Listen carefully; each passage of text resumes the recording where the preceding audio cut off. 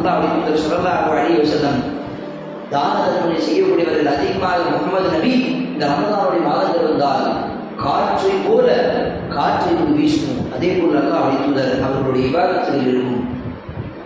தான தர்மங்களாக இருந்தாலும் சரி, நஃபில் நூல்களாக இருந்தாலும் சரி, நஃபில் திக்ராக இருந்தாலும் சரி, எவ்வளவு இபாதத்துக்காக இருந்தாலும் இந்த ரமதானுடைய மாதத்தில் அதிகமாக இபாதத்தில் அல்லாஹ்வுடைய தூதர் சொல்வார்கள், அத்தாக்கும் ரமதான் ஷஹ்ருன் முபாரக், புனிதமிக்க இந்த ரமதானுடைய மாதம் எங்களை அடைந்து வந்தது, நாங்கள் அதை இந்த ரமதானுடைய மாதத்தை அடைந்து விட்டோம், இந்த மாதத்தில் அதிகமாக நல்ல இபாதத்துகளை செய்ய வேண்டும். இந்த ரமதானை பற்றி வரக்கூடிய ஹதீஸ்களில் ஒரு ஹதீஸ் எப்படி வருகிறது என்று சொன்னால், ஒரு சஹாபி ஷஹீதாக்கப்படுகிறார். இன்னொரு சஹாபி ஷஹீதாக்கப்பட்ட சஹாபியை விட ஒரு வருடம் அதிகமாக உயிரோடு இருந்து அவர் மரணிக்கிறார். சாதாரணமான ஒரு மரணம். சஹாபாக்கள் இன்னொரு சஹாபி 2 பேரையும் சொர்க்கத்தில் பார்க்கிறார்கள். ஆனால் கடைசியாக மரணித்த சஹாபி ஷஹீதாக்கப்பட்ட சஹாபியை விட சீக்கிரமாக முன்னால் செல்கிறார். ஷஹீதாக்கப்பட்ட சஹாபி அவர்கள் அந்த சஹாபிக்கு பின்னால். இதை கண்ட இந்த கனவை பார்த்த அந்த சஹாபி காலையில் எழுந்திருச்சு மற்ற சஹாபாக்களுக்கு சொன்ன அந்த செய்தி ரசூலுல்லாஹி ஸல்லல்லாஹு அலைஹி வஸல்லம் அவர்களுக்கு வந்து சேர ரசூலுல்லாஹி ஸல்லல்லாஹு அலைஹி வஸல்லம் சொன்னார்கள், நீங்க இதுக்காக ஆச்சரியப்படுகிறீர்கள்.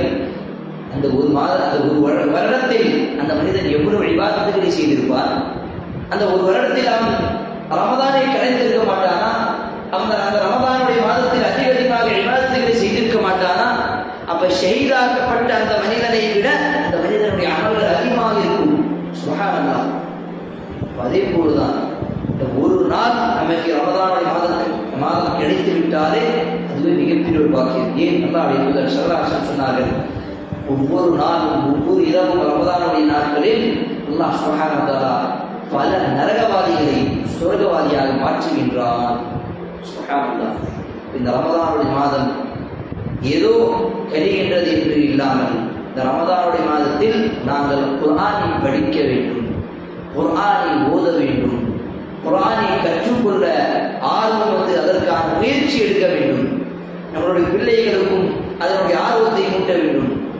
ரஹ்மான மனிதனுடைய உள்ளத்திலும் இந்த குர்ஆனை படிப்பதற்கும் இந்த குர்ஆனை கொண்டு நம்மளுடைய உள்ளங்களையும் நம்மளுடைய வாழ்க்கையையும் இந்த வழக்கத்தை பெறக்கூடிய அந்த பாக்கியத்தை தந்த அருள் புரிவானாக. ஆமீன். وأقول قولي هذا وأستغفر الله لي ولكم ولسائر المسلمين من كل ذنب فاستغفروه إنه هو الغفور الرحيم. السلام عليكم ورحمة الله وبركاته.